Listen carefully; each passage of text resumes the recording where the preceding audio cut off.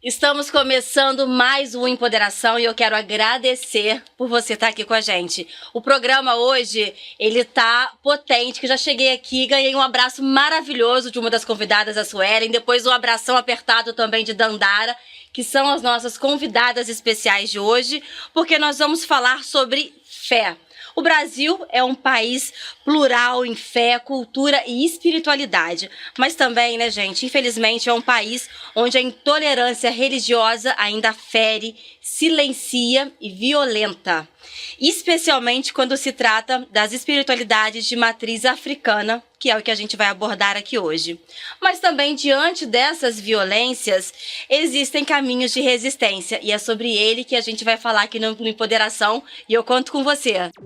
Empoderação. Empoderação. Vozes em ação. Em todas as plataformas digitais. Dando boas-vindas às minhas convidadas. Suelen já falou aqui. Suelen não, aliás, Dandara já disse que quem começa é a Suelen. Então vou começar por ela. Seja muito bem-vinda, Suelen. Muito obrigada. É um prazer estar aqui com você. Prazer recebê-la. Suelen Martins é jornalista, cartomante e comunicadora. Ela atua com leituras de baralho cigano e com a produção de conteúdos sobre espiritualidade, ancestralidade e religiosidades afro-brasileiras. O trabalho dela une escuta, simbologia e reflexão sobre os caminhos da vida.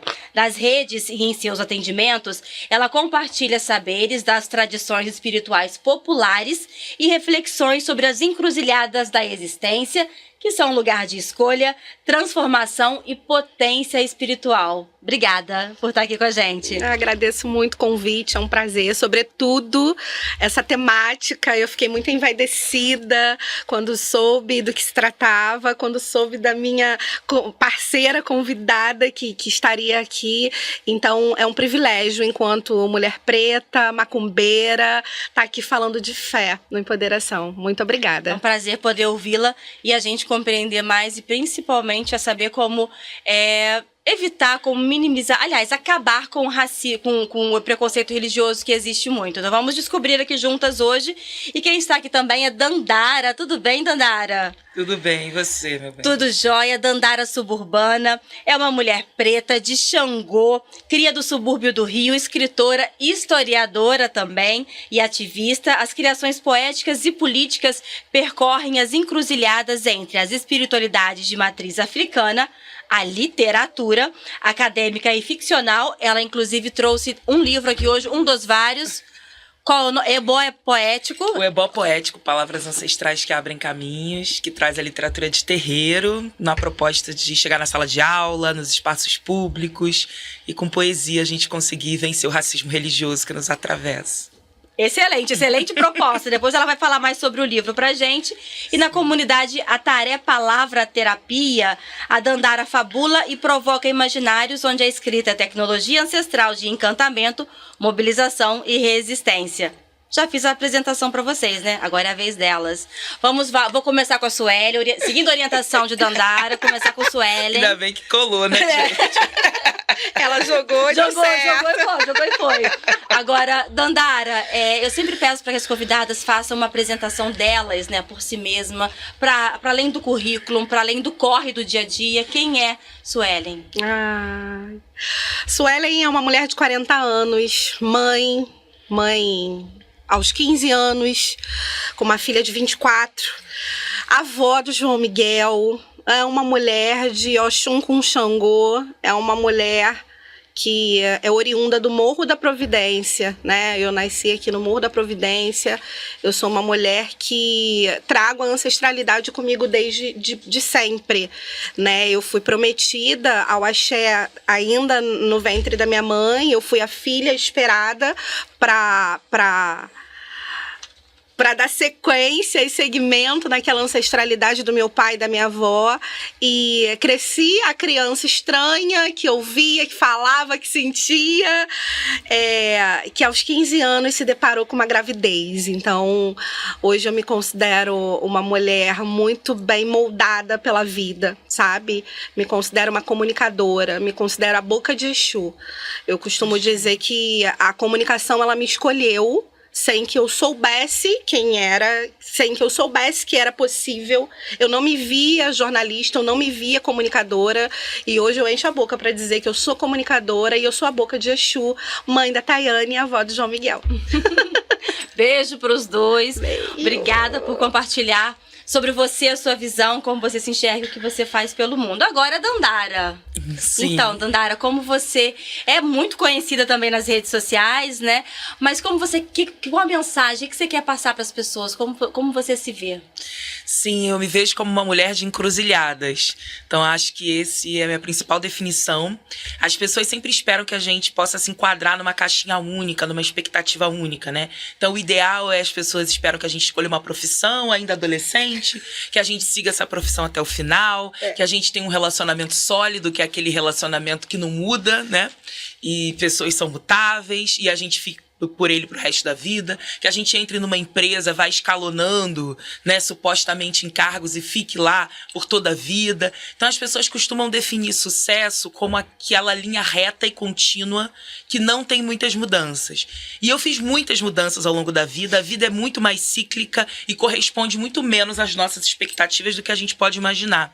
Então eu gosto de pensar na encruzilhada como essa possibilidade de ser uma mulher que ao mesmo tempo é escritora, também é professora, que é doutora em sociologia, que também é ativista e que também quer sentir prazer, se divertir, descansar, tudo isso, né? Então, acho que isso tudo me compõe.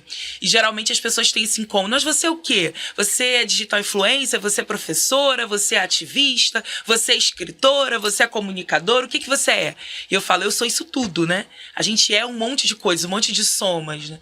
Então, hoje eu trabalho em frentes diversas, sou pesquisadora, escritora, professora. Hoje eu também produzo conteúdo pela internet, que eu acho que é um meio importante da gente chegar nas pessoas, comunicar com as pessoas. E tô feliz com esse lugar de não ser ou isso ou aquilo, mas de ser um monte de coisas. Eu acho que nós, mulheres pretas, estamos sempre em múltiplas frentes. Seja para enfrentar o racismo, que nos adoece o tempo todo, seja também por causa das nossas potencialidades, criatividades. Então eu gosto de pensar na encruzilhada como essa possibilidade da gente ser um monte de coisas multiplamente, né? Então, também sou uma mulher de candomblé, isso me define mais do que qualquer outra coisa. E tô no candomblé, mas também vou dialogar com o pessoal na igreja, vou dialogar com a igreja católica, dialogo com evangélicos, enfim. Tô numa encruzilhada em que também acredito muito no diálogo como possibilidade da gente conseguir ter um mundo, um lugar mais justo e acolhedor.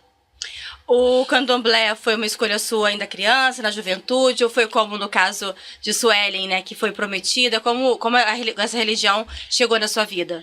Eu sempre digo que no Brasil a gente não escolhe a nossa religião. Se a gente pudesse escolher a nossa religião, todas as opções nos seriam apresentadas ainda na infância, ainda na primeira infância. Isso não acontece. Então a maioria das pessoas não tem uma trajetória em que conheceu o terreiro ainda criança. São casos raríssimos em que você tem muito famílias né? que vão seguindo, né, a religiosidade de matriz africana e que as crianças ainda cedo chegam no terreiro.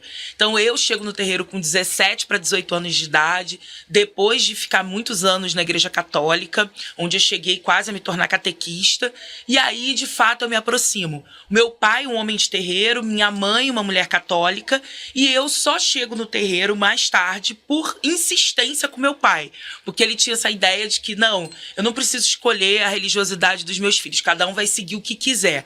Que geralmente a gente repete isso, mas a gente é batizado sem escolha nenhuma ainda um neném, né? É verdade. Então, isso não é verdade, né? Expectativa do batizado, As pessoas né? não têm necessariamente essa escolha. E eu sempre digo que a gente não escolhe, porque no Brasil tudo que a gente conhece sobre o terreiro é mediado por um lugar que é criminalizador, demonizante, do medo, né? Então, geralmente as crianças têm muito medo do terreiro.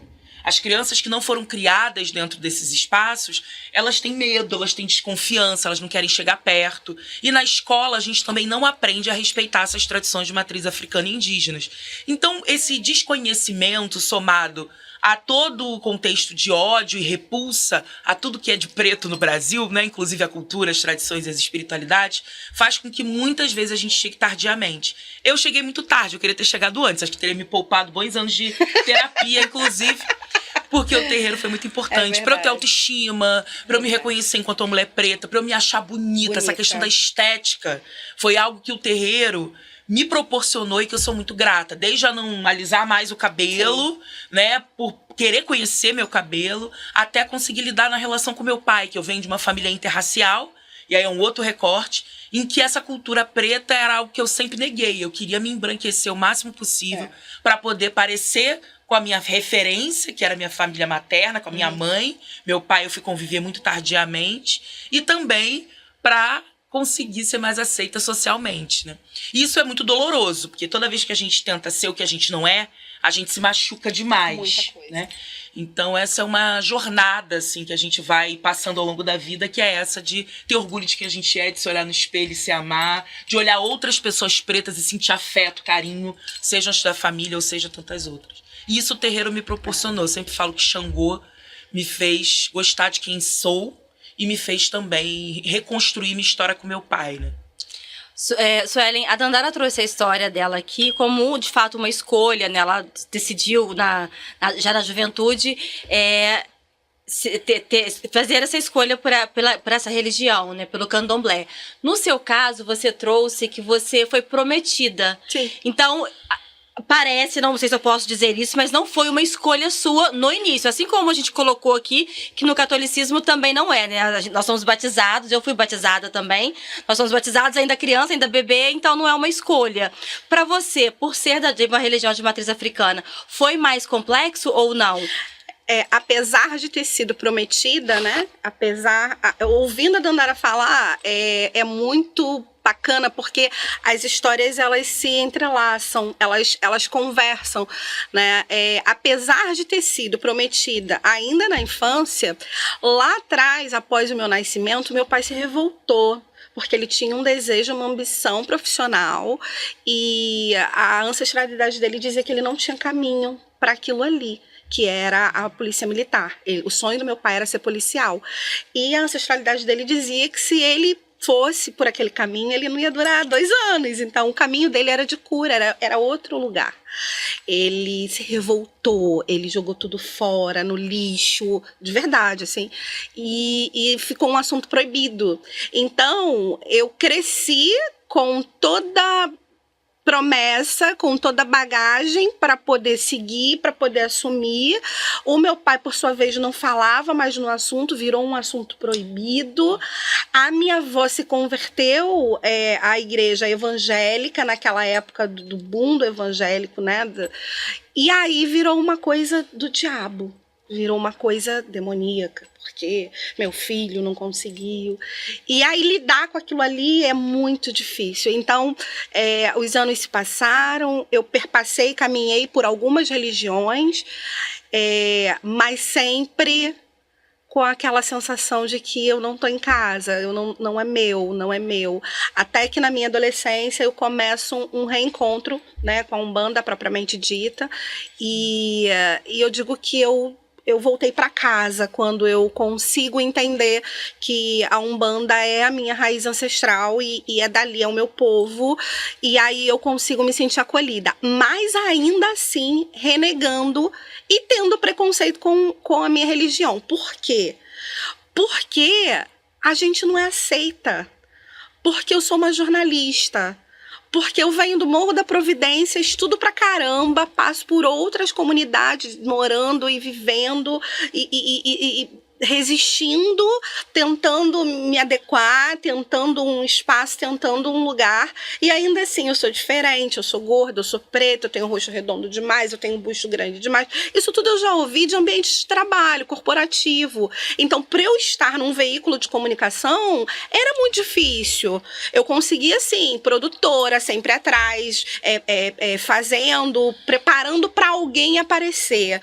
Então, para eu assumir o meu lugar de macumbeira, eu sou macumbeira, eu sou cartomante, eu jogo carta desde criança. Eu aprendi, as pessoas têm muita coisa da cartomancia com os ciganos. Eu aprendi a jogar carta com um homem que ninguém via. Esse homem sentava na minha cama e eu abria o baralho e ele me mostrava. E a partir dali, 4, 5 aninhos, eu comecei a minha caminhada com as cartas, sabe? Então, para mim, é algo muito natural. Mas o meu maior desafio na vida é a aceitação.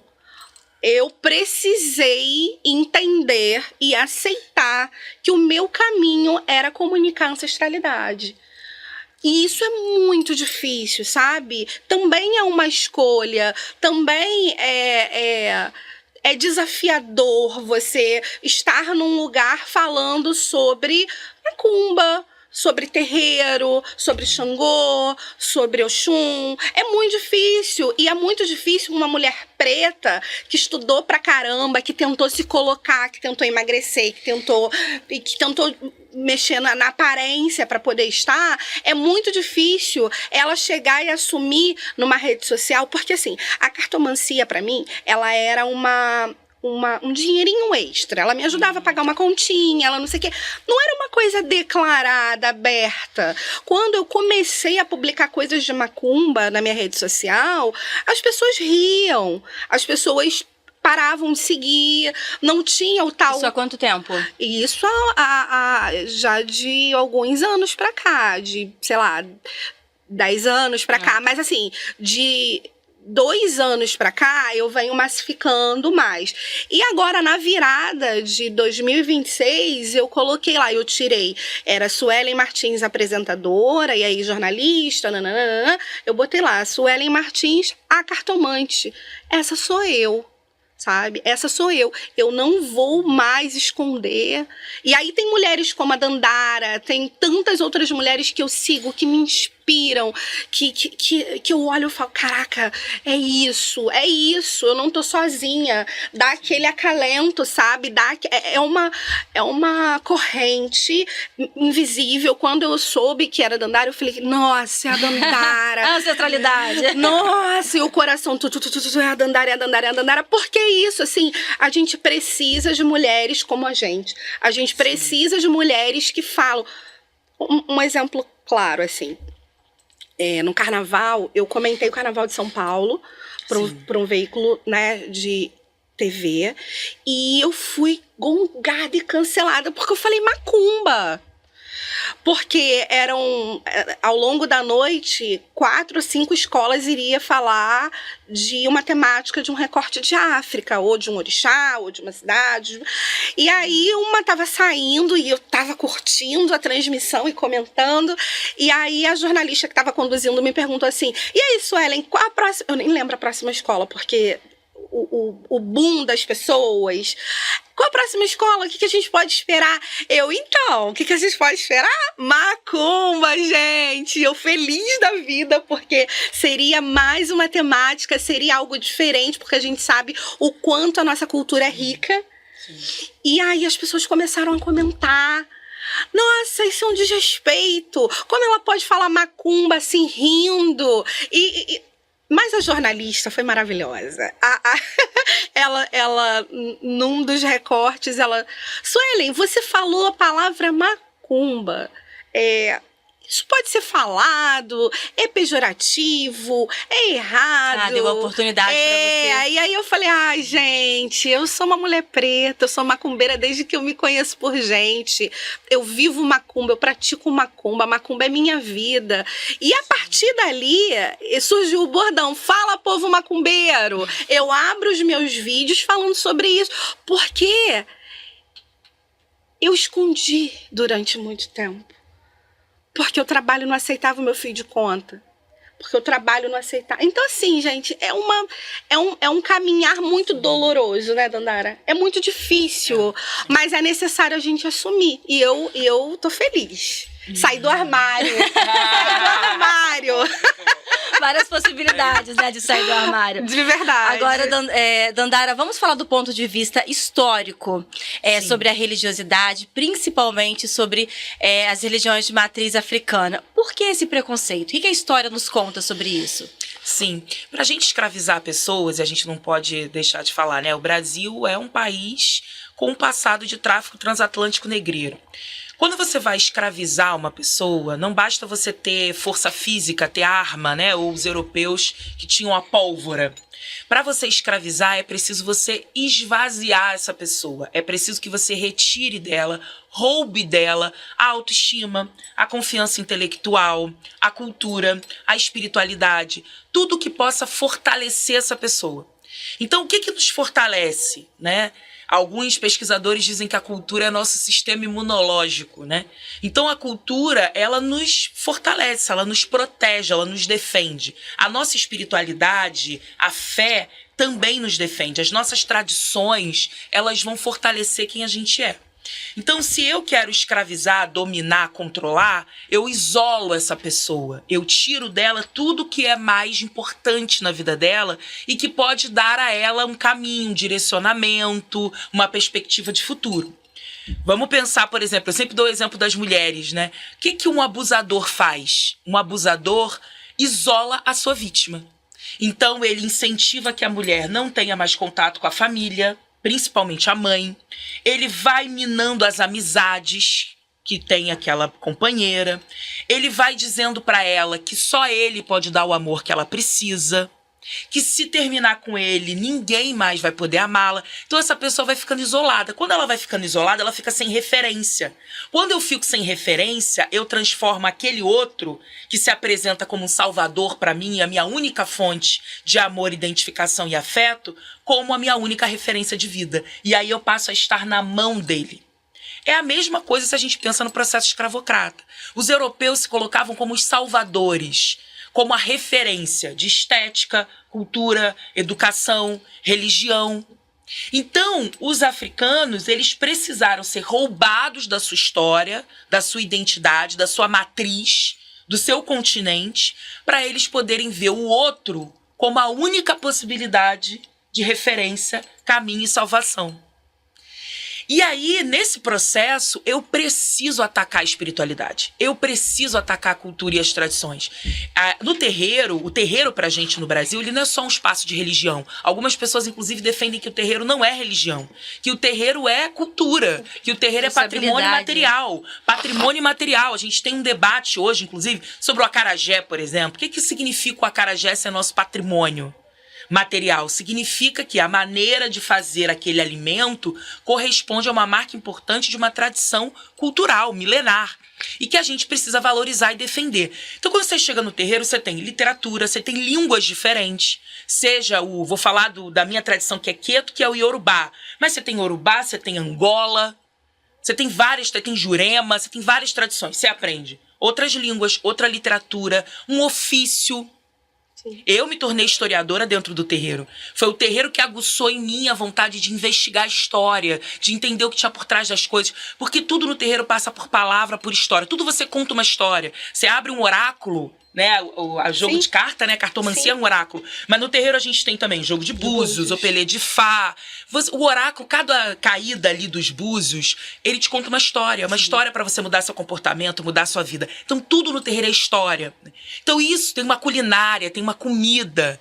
Então o terreiro nos conecta a essas tradições de matriz africana, da qual nós fomos apartadas. Que a gente está até hoje tentando reconstruir. Até hoje tentando encontrar.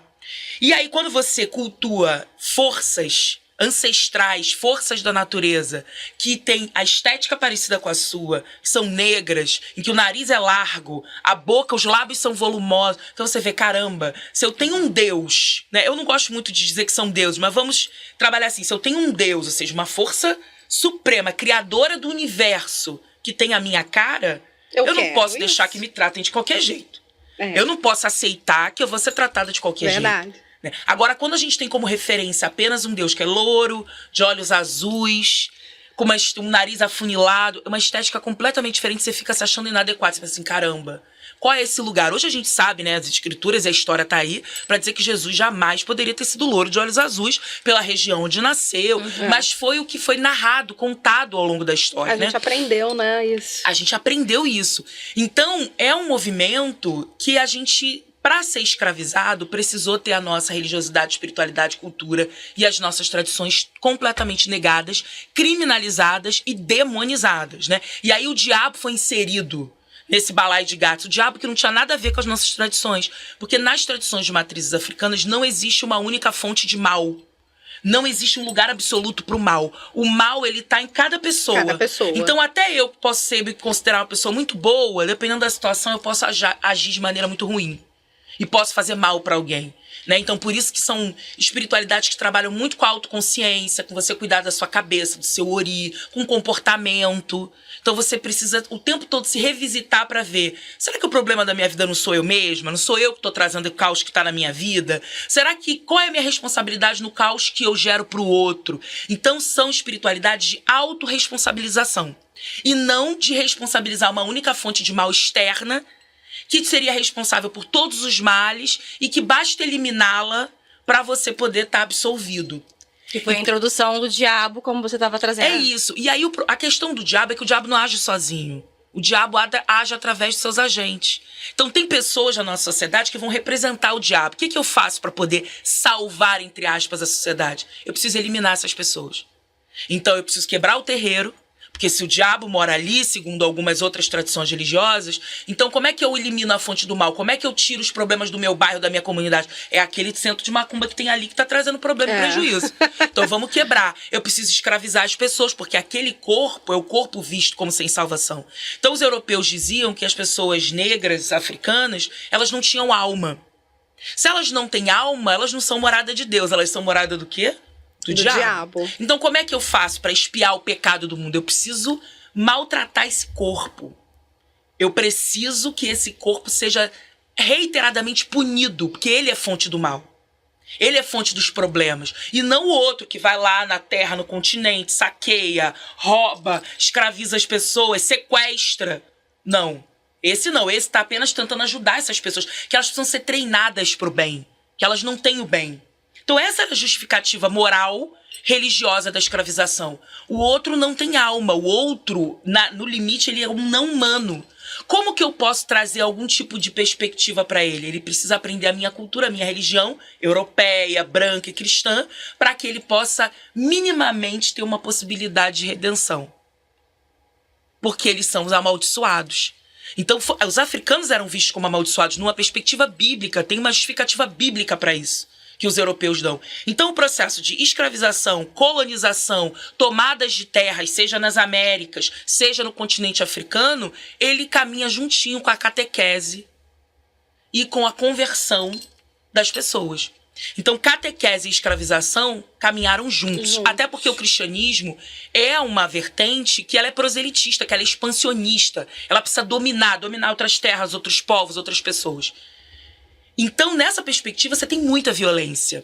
E aí você vai negar e demonizar essa cultura preta no geral. E a gente sofre as consequências até o dia de hoje. Porque ainda que hoje a escravização seja condenada, né? Inclusive a Europa é condenada pelo maior crime à humanidade, que é a escravização e o tráfico transatlântico negreiro. Né? A gente fica até hoje dizendo, a gente quer reparação financeira. Cadê a reparação financeira material, né? Porque Porque é isso, a gente tem uma questão que é material, que é financeira. As pessoas foram escravizadas, a gente tem 100 e poucos anos de abolição. É muito pouco tempo. Tem pessoas no Brasil que têm 120, 130 anos de idade. Né? Então você pensa, a nossa abolição ela é muito recente. A escravização foram quase 4 séculos, com mais de 4 bilhões de pessoas escravizadas. Então, isso são marcas que não desaparecem da noite para o dia. E que pessoas brancas ainda colhem os privilégios e pessoas negras ainda colhem os prejuízos desse processo. Sim. Então, quando uma pessoa branca vira para mim e fala, mas eu não tenho nada a ver com a escravidão, isso faz muito tempo, eu não escravizei ninguém. Aí eu falo, qual o sobrenome da sua família? Porque, inclusive, o sobrenome das famílias brancas a gente consegue compor essa árvore genealógica. Os nossos não. A gente não sabe, a gente tem que fazer exame de DNA e com sorte, porque tem a ver com bancos de dados, com referências desses bancos de dados, da onde são essas empresas que fazem esses exames, são empresas geralmente estadunidenses, europeias. Então você já tem aí um limite. Né? A gente precisa ir lá fazer o Genera para descobrir de onde a gente veio. A pessoa com sobrenome, ela diz, meu sobrenome é alemão, é italiano, eu sou dessa família, daquela. Então, quando você vai olhar para essas famílias, fala, eu não escravizei ninguém. Deixa eu olhar aqui. Vamos olhar aqui teu avô. Meu avô era um português pobre, trabalhou muito no Brasil, não escravizou ninguém. Essas histórias existem? Existem essas histórias. E ele ganhou um pedaço de terra do Estado, que ele pôde construir a vida dele. Lutou muito, trabalhou muito. Ninguém está dizendo que não lutou e trabalhou. Ninguém está medindo isso. Lutou e trabalhou muito. Mas ele já começa de um lugar. Ele começa de um lugar que é ter um pedaço de terra. Aí vamos olhar as histórias dos africanos, dos descendentes. Você fica escravizado, durante séculos, quando tem abolição, não tem nenhuma política de reparação, não recebe uma terra, não recebe nada, sofrendo profundamente com racismo, com os estereótipos, é vagabundo, não quer trabalhar, gente preta não é confiável, não é inteligente, que são todos os estereótipos construídos ao longo de todos esses séculos. Ele fede, ela fede. As pessoas ficam marginalizadas à beira da estrada, sem ter para onde ir. Muitos continuam nas fazendas, porque não tem outra referência. Porque imagina, você é uma pessoa escravizada, a primeira coisa, você tira o nome. Tem nada mais cruel do que isso. Você vai ser escravizado, você não tem mais seu nome. Nós temos nomes que não são os nossos nomes de matriz africana e indígena. É verdade. Então a primeira coisa que você fazia com a pessoa escravizada era separar da família. Separa mães e crianças, porque uma mãe vendo um filho ser escravizado, não há nada que segure uma mãe vendo uma criança, um filho ou uma filha ser escravizado. Então, eles sabiam disso. Primeira coisa, separa mães e filhos. Separa casais. E aí por isso que Bell Hooks fala que o amor é uma força revolucionária. Porque o amor te fortalece a ponto de você não aceitar qualquer tipo de dominação. Então separa casais. Depois, mistura as etnias, os grupos étnicos, os grupos... Porque você está falando de um continente inteiro, com pessoas completamente diferentes. Inclusive, tinham conflitos entre si, como em qualquer agrupamento humano. Então, você mistura pessoas com línguas diferentes, tradições diferentes, culturas diferentes, que enfraquece. Um não vai entender o que o outro está falando, um não vai ter como cultura a referência do outro. Então, isso já enfraquece. Se isolar. Depois, você tira o nome. Porque se eu tiro o nome, eu tiro a história. Sem o nome, não dá para reconstruir a história. Aí eu dou um sobrenome que é do Senhor de Engenho. Eu sou Carolina Rocha Silva, autodeclarada da Andara Suburbana. Silva, nome português. Rocha, nome judeu. Então você tira sobrenome. Você bota o sobrenome do colonizador, do teu dominador. Você, aquela pessoa, passa a ter como única referência o quê? Aquele Senhor de Engenho. Aquela família. Não tem outra referência. Quando os senhores de engenho, quando as pessoas escravizadas elas fugiam das fazendas, o senhor de engenho ele não escrevia para a coroa portuguesa dizendo que ele tinha perdido uma propriedade. Apesar das pessoas serem tratadas como coisas vendidas e compradas no mercado, pelos dentes, força física, quando as pessoas fugiam das fazendas, eles não diziam que estavam perdendo uma propriedade, eles diziam que estavam sendo traídos. Eles diziam assim, eu dei casa, comida, uma família, o meu nome e essa pessoa me traiu. Isso te lembra alguma coisa? É a mesma relação trabalho doméstico.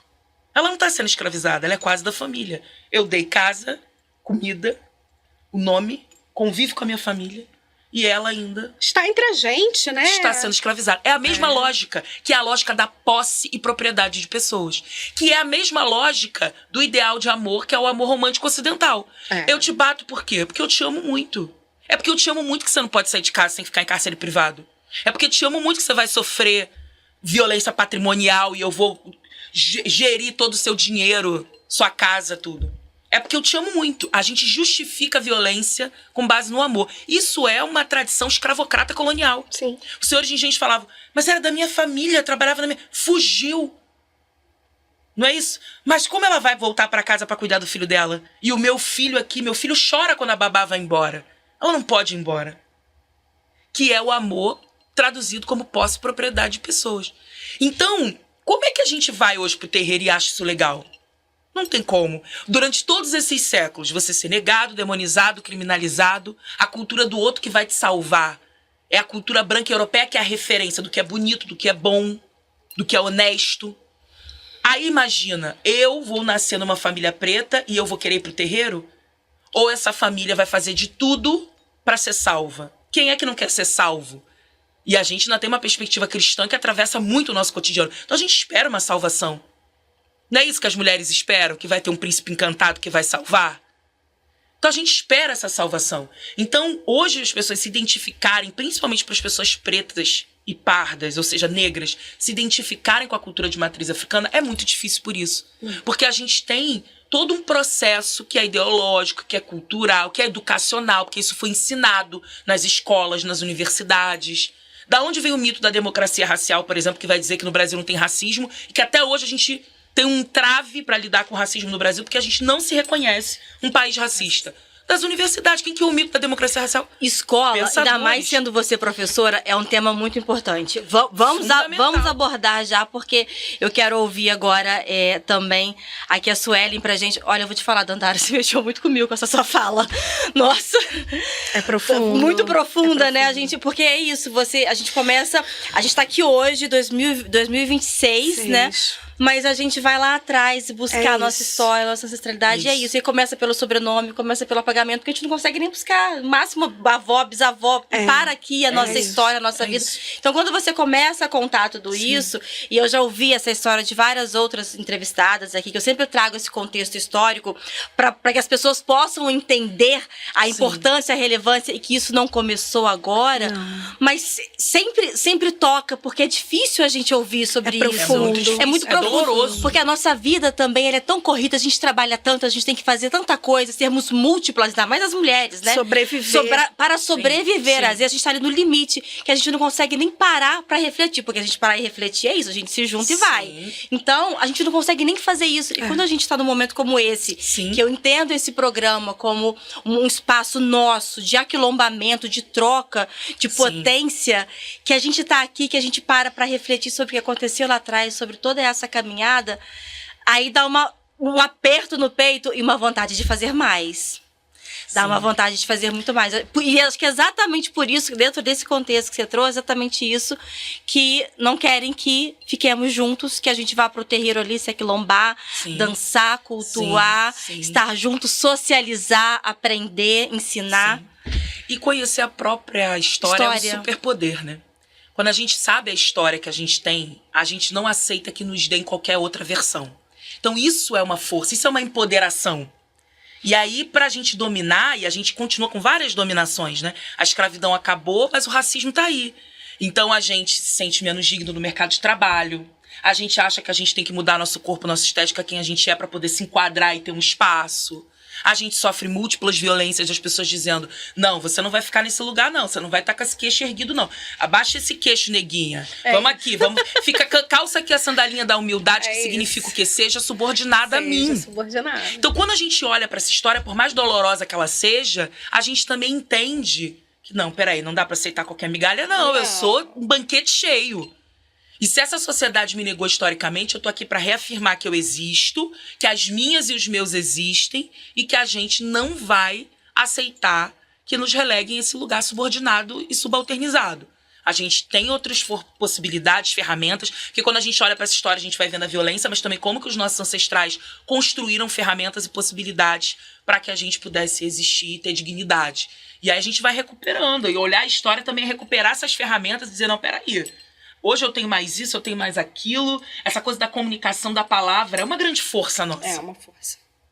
É uma Você trouxe grande tudo, força. Tudo nosso foi pela oralidade. Não, à verdade. toa Anastácia usava o quê? A santa amordaçada. A única santa escravizada que a gente tem, que a Anastácia usava o quê na boca? Uma mordaça. Mordaça. É verdade. Palavra é poder. Palavra é poder e conhecimento liberta. Eu costumo dizer que a partir do conhecimento a minha vida mudou. Eu vivi um relacionamento abusivo durante 16 anos. O meu casamento perfeito, ele passou por todas essas faces que a Dandara citou aqui. E vendo a Dandara citar o abuso, o abusador, eu vejo ela narrar a minha história. Então, quando a gente fala sobre beleza, sobre empoderamento, sobre entender a própria história e saber o quanto você é majestosa e o quanto você pode admirar uma mulher tão majestosa quanto você, é um lugar muito precioso, porque esse abusador, esse dominador, ele tira isso tudo de você. Então, eu não tinha referência. Eu sempre fui a mais inteligente, a mais despachada, o sorriso mais lindo, mas é aquela coisa do fala baixo. Você fala alto demais, você gesticula demais, ninguém vai te querer. Se não fosse eu te tirar de lá, você não teria uma família. Você acha que você saindo daqui alguém vai te querer? E assim, todo tipo de violência eu vivi. E quando eu saio desse casamento, com 31 anos, que eu vou fazer minha faculdade já após os 31 anos, que eu vou entender o meu lugar, saber se eu gosto de claro, de escuro, de frio, de calor, eu não sabia. Eu vivia o que era permitido que eu vivesse. Quando você não sabe o que gosta, você aceita o que o outro te dá. É isso. E aí eu saí, e aí eu fui, a vida foi se mostrando, eu falei, cara, eu posso, é possível. Aí eu vou pra faculdade, eu conheço outras mulheres que seguram a minha mão, que falam, vamos, vamos, vamos, vamos. E aí eu começo a entender que é possível, mas ainda assim, já estudando, estagiando no ambiente público, fazendo política pública, uma jornalista preta vira pra mim, ela já veterana na profissão, vira pra mim e fala assim, ô neguinha, mas pra você conseguir chegar em algum lugar, tem que cortar cadê esses peitos, tem que fazer um queixo, tem que dar um jeitinho nesse cabelo, porque tu não tem lugar, não. E aí, quando você... E ela era uma mulher preta, sendo que ela era uma mulher preta gaúcha. Ela aquele biotipo branco, sabe? Magra, slim e tal. E aí, é muito doloroso essa fala dela. É doloroso, mas é real. É real. Ela foi preconceituosa na fala dela? Foi. Mas o mercado de trabalho é assim. É isso que acontece. Se eu não usar a minha voz, a minha rede, porque a internet, ela trouxe muitas coisas ruins, mas ela foi uma porta de entrada para tantas outras coisas boas. Porque se eu não usar a minha voz, se eu não usar a boca que Exu me deu para comunicar a ancestralidade, eu vou continuar sendo apagada. Eu vou continuar no bastidor. Eu vou continuar entrando para uma grande empresa, num grande trabalho, como já aconteceu, num cargo poderosíssimo, e com 15 dias me colocarem na zeladoria. Sendo graduada, tendo experiência, tendo expertise, tendo capacidade. Esse apagamento que a Dandara traz, isso acontece até hoje. Isso é real. Os trabalhos, eles não são remunerados da maneira como deveria. Fala assim, eu preciso de uma pessoa como você, esperta como você. Nossa, teu sorriso, você fala, você é esperta. Você é esperta. Você fala muito bem. Eu falo, eu sou uma profissional de comunicação. Você fala muito. Você poderia ir lá dar uma força? Quem vai pagar meu aluguel? Você pode, que é um profissional multimídia. Eu sou um profissional multimídia. Eu escrevo, eu gravo, eu edito, eu publico no site. Mas ele quer te pagar R$100 por esse trabalho. Ele quer gritar com você. Eu digo ele no sentido de, né, o outro. Ele quer gritar com você. Ele quer dizer o teu lugar. Porque aqui é o meu espaço e o teu lugar é aí. Você tem que dar graças a Deus que eu estou te contratando. Então, assim, eu tô muito, muito, muito cansada de entender que o meu lugar é atrás. O meu lugar não é atrás, sabe? Meu ancestral, quando eu vou pro terreiro, ela falou sobre estética, sobre beleza. Nossa, eu tive uma conversa com a minha mãe, e eu falei, mãe, eu me vejo tão bonita, a minha roupa, eu me vejo tão linda, eu me sinto maravilhosa. Ali eu não me vejo gorda, ali eu não me vejo feia, ali eu não me vejo magra, ali eu me vejo linda. Parece que compõe quem sou eu, sabe? Estar no terreiro. Então, falar sobre ancestralidade é falar sobre a minha vida. E ainda hoje, trazendo todo esse dado histórico que a Dandara trouxe, trazendo fatos, quando a gente vai conversar com as pessoas sobre mercado de trabalho, as pessoas falam assim... Não, mas isso é coisa da tua cabeça. Nem é assim. Agora já tem preto. Ah, não fala assim não, que não é dessa forma. É dessa forma sim. É dessa forma sim. Tem até um preto ou outro na TV. Mas e o gordo? O preto e gordo e pobre. Aonde que tá? Não tem... Tá nos cargos de liderança. Não tá. Não pode. Nem pode. Nem pode. É muito dolorido, é uma ferida, assim. Eu busco espaços Pra você ver como é. Hoje, eu me dou a possibilidade... Estou trabalhando pra mim. Falei, não vou mais aceitar isso. Estou trabalhando pra mim. E me dou a possibilidade de... Não, eu quero fazer. Me dá um espaço. Eu quero escrever. Deixa eu entrar. Batendo na porta. E é bem assim. Você precisa entender que você é dona da sua própria história. E ninguém vai mais me apagar. A terapia ajuda. O terreiro ajuda.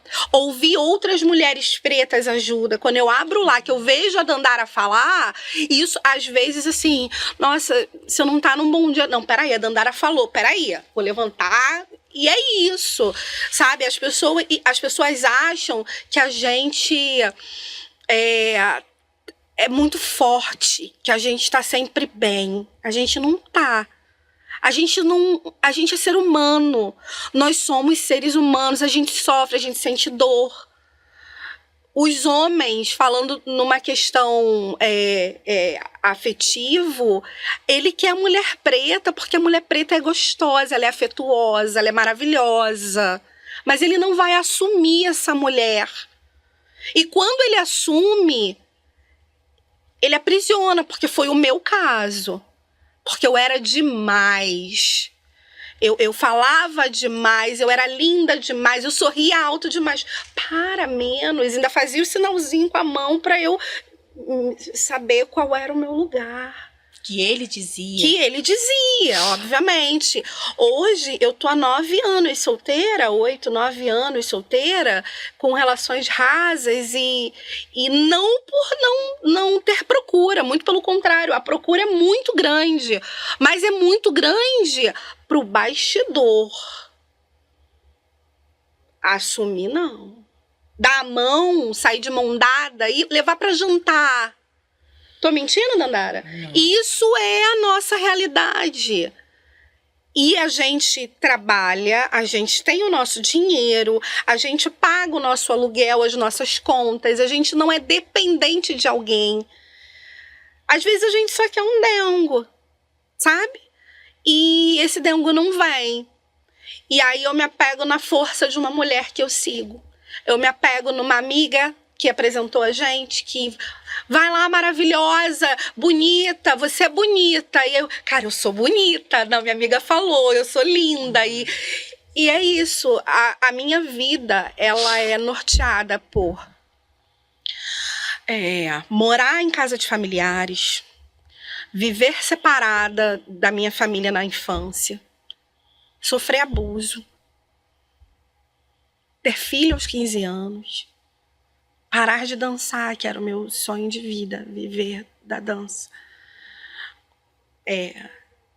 Casar, viver junto, por 16 anos sofrendo, não tendo amigos, vivendo o que era permitido, separar e não saber quem sou eu.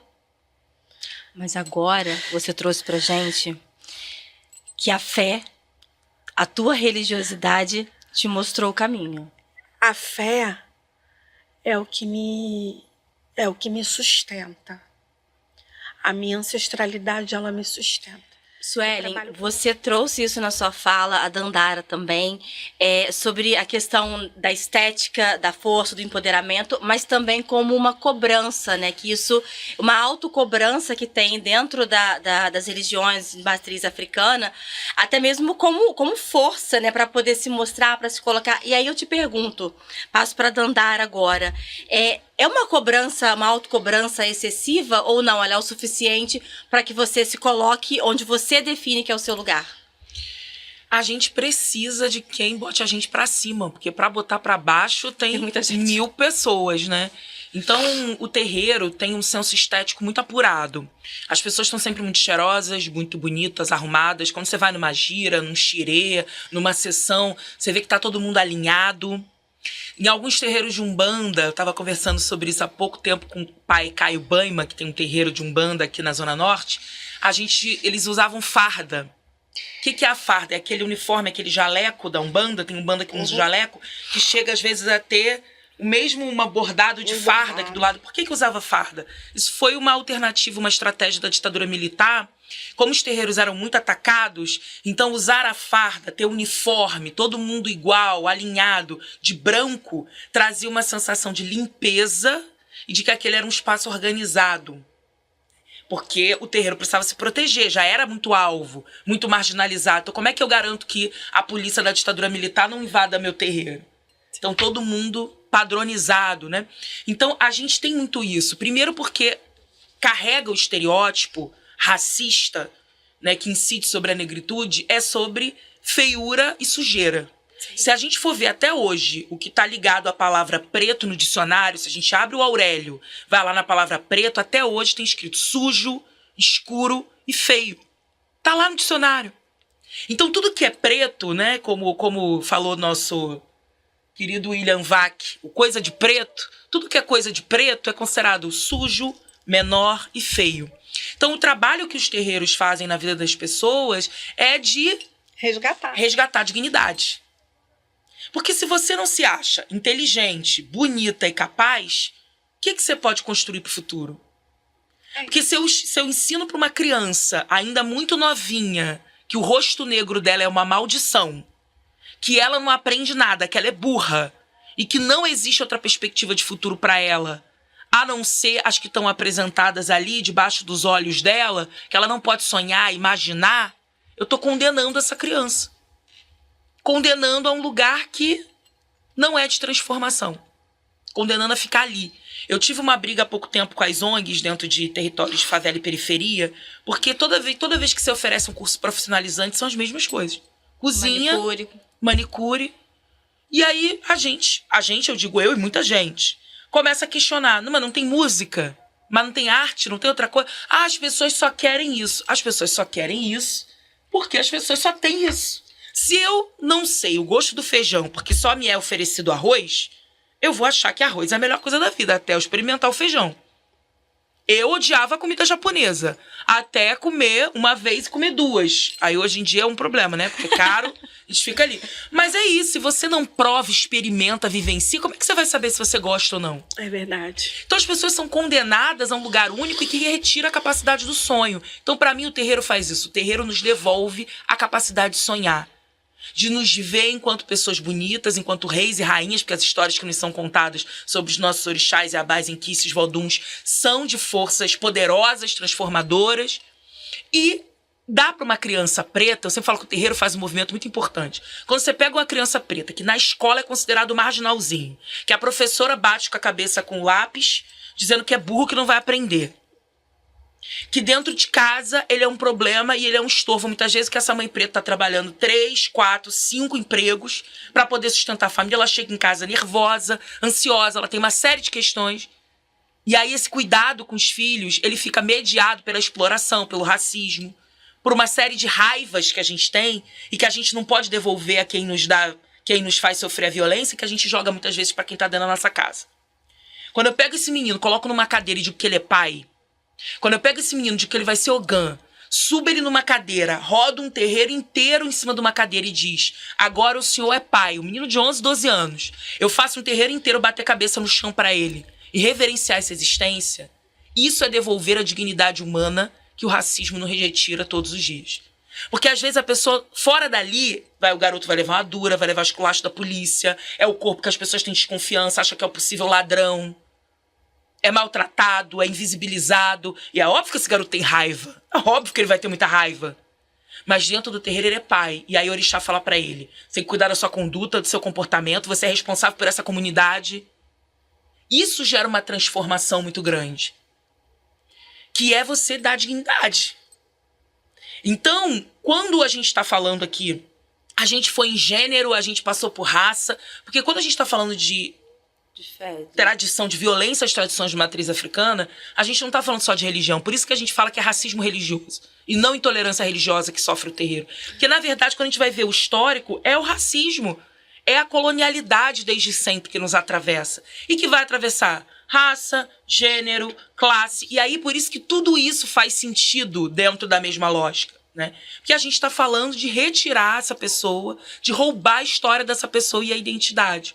Então eu sempre falo hoje para as pessoas, principalmente negras, Tá tudo bem você não estar no terreiro. Ah, porque eu tenho minha religião. Algumas pessoas se identificam como evangélicas, como católicas, gostam das suas religiões. Eu falo, ninguém tá dizendo pra você vir pro terreiro.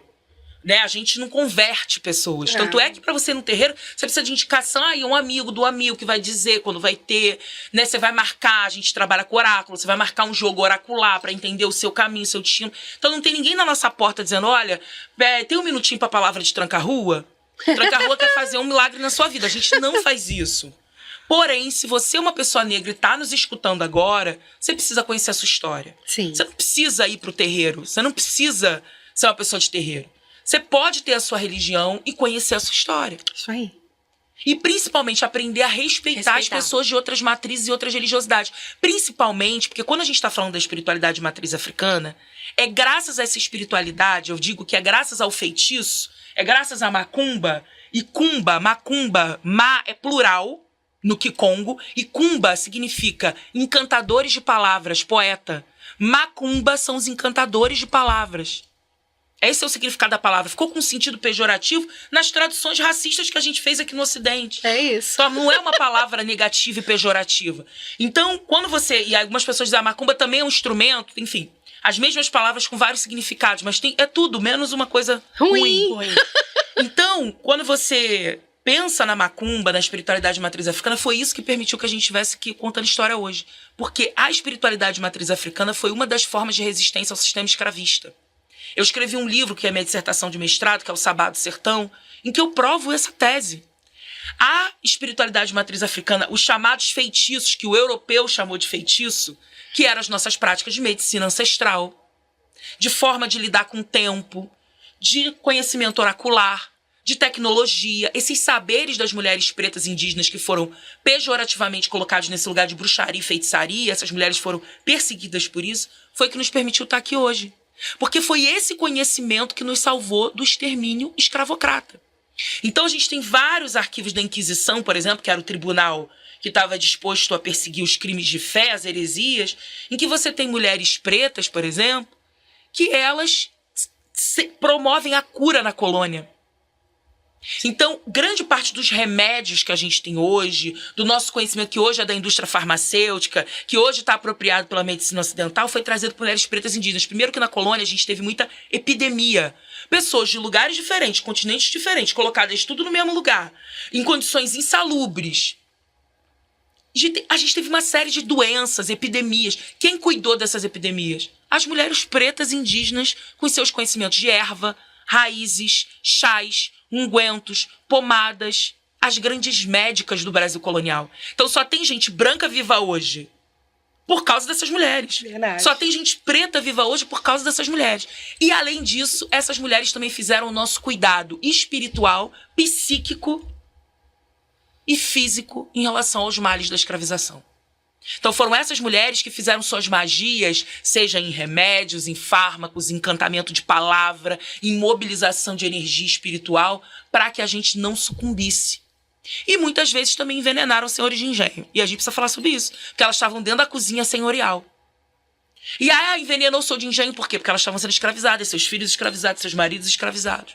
Violentadas. Por isso que a bruxa tem um caldeirão, porque a bruxa domina a cozinha. Dominar a cozinha é dominar um conhecimento importante. Porque a gente morre e vive pelo que a gente ingere. Verdade. A gente é envenenado pela indústria farmacêutica, com comida industrializada, cheia de corante e de veneno. A gente é envenenado pelo agronegócio, com um monte de comida, com um monte de veneno.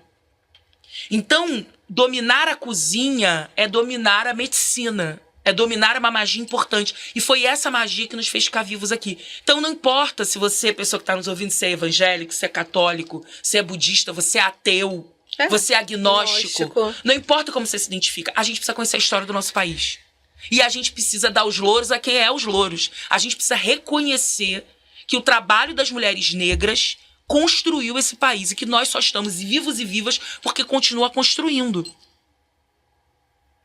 Por um trabalho desvalorizado, que ganha menos salários, mas a gente continua existindo nesse país. Quem move as estruturas desse país, quem move a economia, são as mulheres pretas. Também são as chefas de família, são as que estão na frente dos lares, que sustentam, que cuidam, idosos, crianças, pessoas com deficiência.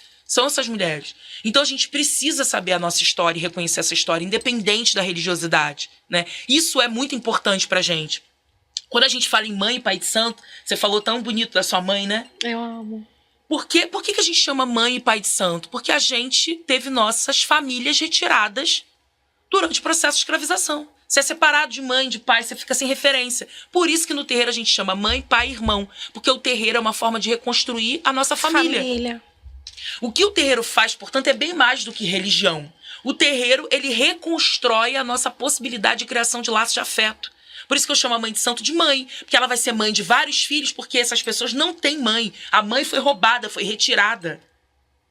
É um grande então precisa de mãe, precisa de pai. Por isso que chamam uns aos outros de irmãos.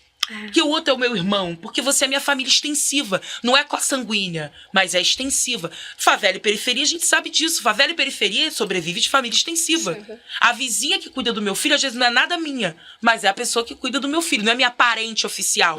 Esse é o desafio, inclusive, das instituições de compreender as dinâmicas dentro dos territórios de favela e periferia. Porque não é igual. Não é a minha... quem é ela? É a irmã da sua... Não.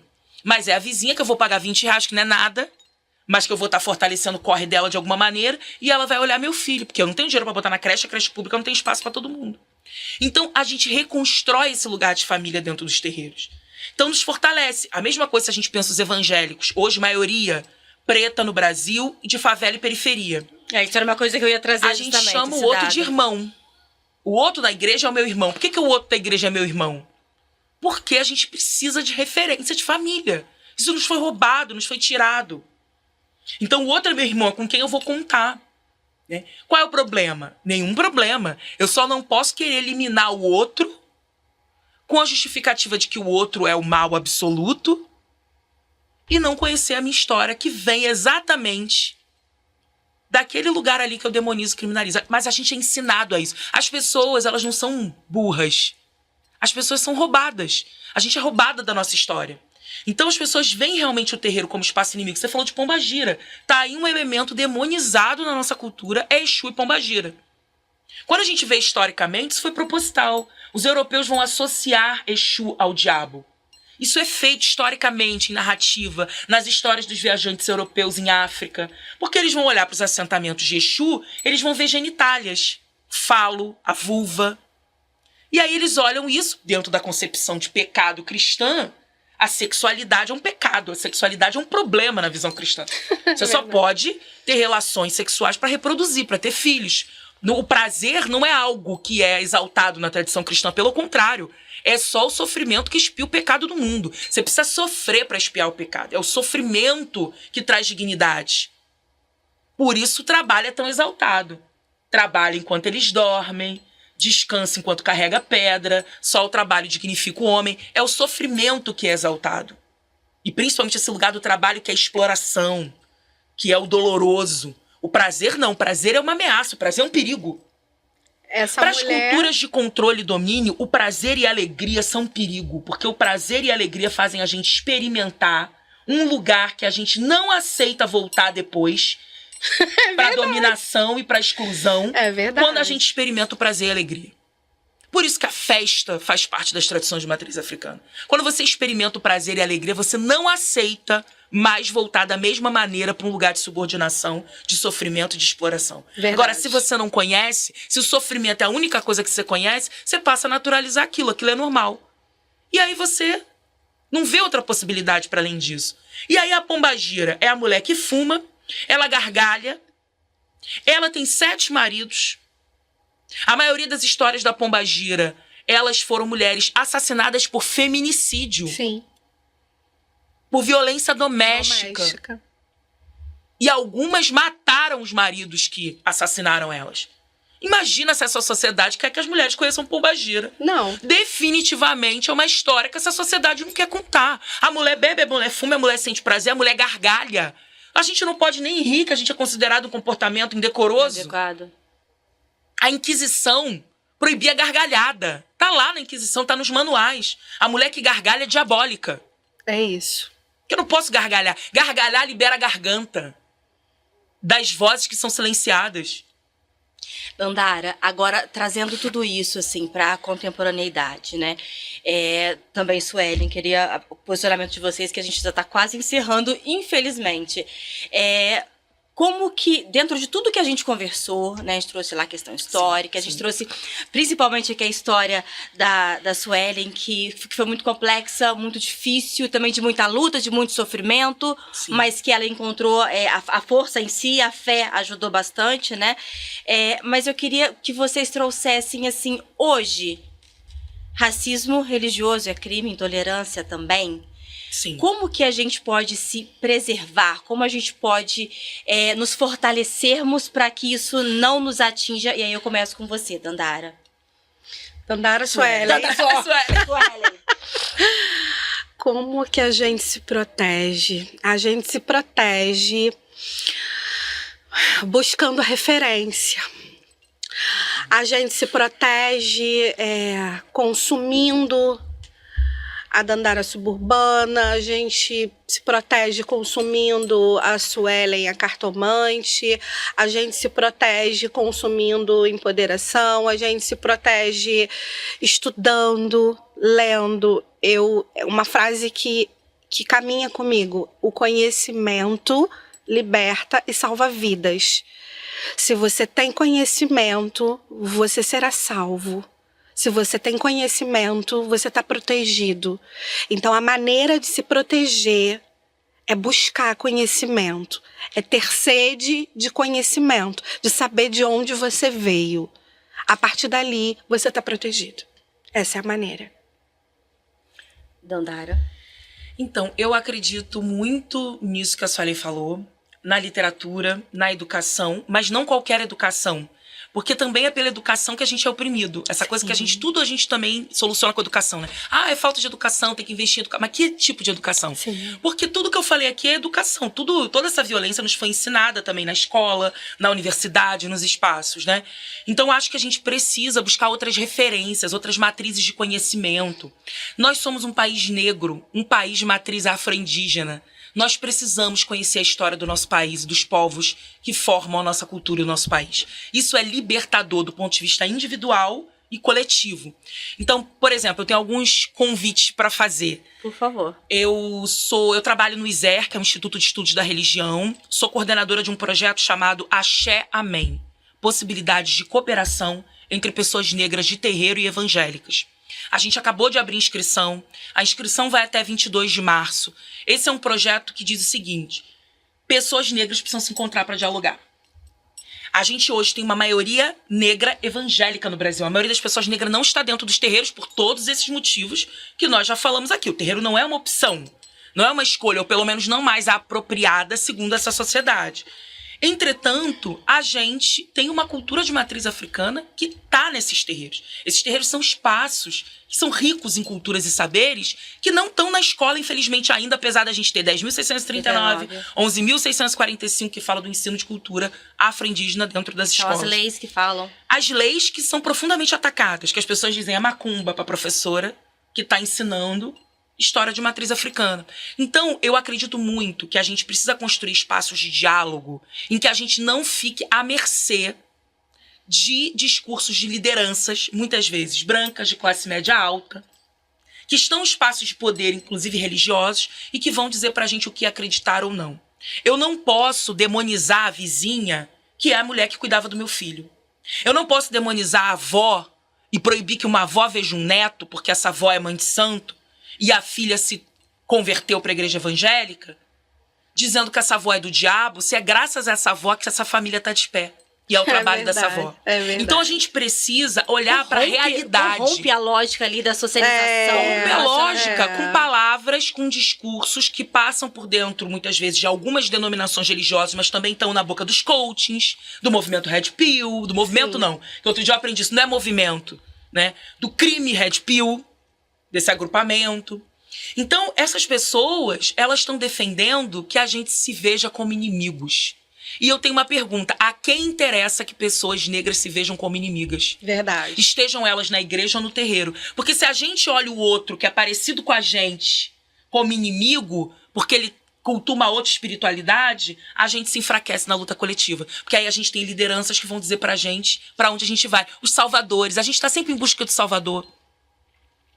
E esses salvadores, eles vão dar conta dos nossos problemas sociais? Eles estão indo lá na sua favela e na sua comunidade durante o ano, não agora na véspera das eleições, colocar saneamento básico? Eles escutam as suas dores? Ou é a tua vizinha macumbeira e o terreiro que vai distribuir cesta básica se tiver uma pandemia? Porque na pandemia quem sustentou favela e periferia foram os terreiros. Foram os terreiros. Porque quando teve a chacina agora na Vila da Penha, com aquele bando de pessoa assassinada, quem estava distribuindo água eram as igrejas evangélicas e os terreiros para as pessoas, não foi o Estado. E aí os pastores se juntaram aos pais de santo e às mães de santo para distribuir água, porque as pessoas não tinham água dentro de casa. É muito triste. Imagina se eles continuam se olhando como inimigos e não fazem ações. O que vai acontecer com essa população? Porque a gente precisa de todo mundo. Expulsar terreiro de favela e periferia porque diz que é do diabo, enquanto é o terreiro que mata a fome de muita gente, é garantir o nosso próprio extermínio. Então a gente precisa dialogar. E esse projeto acredita nisso. E ser? Em possibilidades possíveis, reais de cooperação. Evangélicos e pessoas são inimigas. Quem foi que disse? Onde está isso? São inimigas porque a gente precisa parar para questionar. Por que que o outro é do diabo se o outro sempre teve aqui na minha rua? Se tem um tiroteio e uma criança tá no meio da rua, ela vai correr pro lugar mais perto. Eu preciso desse outro. Não tem como. Então, e aí, o pastor que eu vejo no YouTube, que fica reproduzindo que o terreiro é do diabo, que fica dizendo que a pombagira que vai roubar o meu marido, esse pastor que tá no YouTube, com milhões no bolso, não vai estar na minha favela quando o bicho pega. É a macumbeira, que eu chamo de diabólica, que vai estar. Então a gente precisa encontrar estratégias pra gente desconstruir esses discursos. E se fortalecer. E se encontrar. Né? Então eu quero convidar vocês a conhecerem esse projeto, que é o Axé Amém, porque a gente precisa dialogar. Racismo religioso atinge quem é de terreiro que morre no Brasil. A gente tem várias lideranças religiosas sendo assassinadas. As pessoas não conseguem abrir uma casa. A quem interessa que a gente não tenha terreiro. Terreiro é espaço de acolhimento, não é só para quem é iniciado, não. É para todo mundo. É para todo mundo. A quem interessa que as igrejas sejam o único espaço de diversão, de subjetividade e sociabilidade das pessoas negras. Verdade. Que tudo passa pela igreja. Não é que não tem que ter igreja. Pode ter igreja, mas porque tudo tem que ser pela igreja. As pessoas não podem ir ao teatro, não podem ir ao cinema, não podem ter parques para poder passear com a sua família. Então a gente precisa passar a questionar isso, independente da religião. E se respeitar e se olhar, né? Então é uma formação gratuita. Tem um processo seletivo, porque eu tenho um número de pessoas, as pessoas recebem uma bolsa, né? Tem um financiamento. Então, a gente precisa se encontrar. Então, eu quero deixar esse convite. E também fazer o convite. E como as pessoas fazem para poder se cadastrar? Se as pessoas forem na minha página da Andara Suburbana, no link da bio tem um direcionamento lá para o formulário de inscrição, ou na página do ISER, Instituto de Estudos da Religião. Tá no Instagram, tem o site, se você botar no Google você acha também.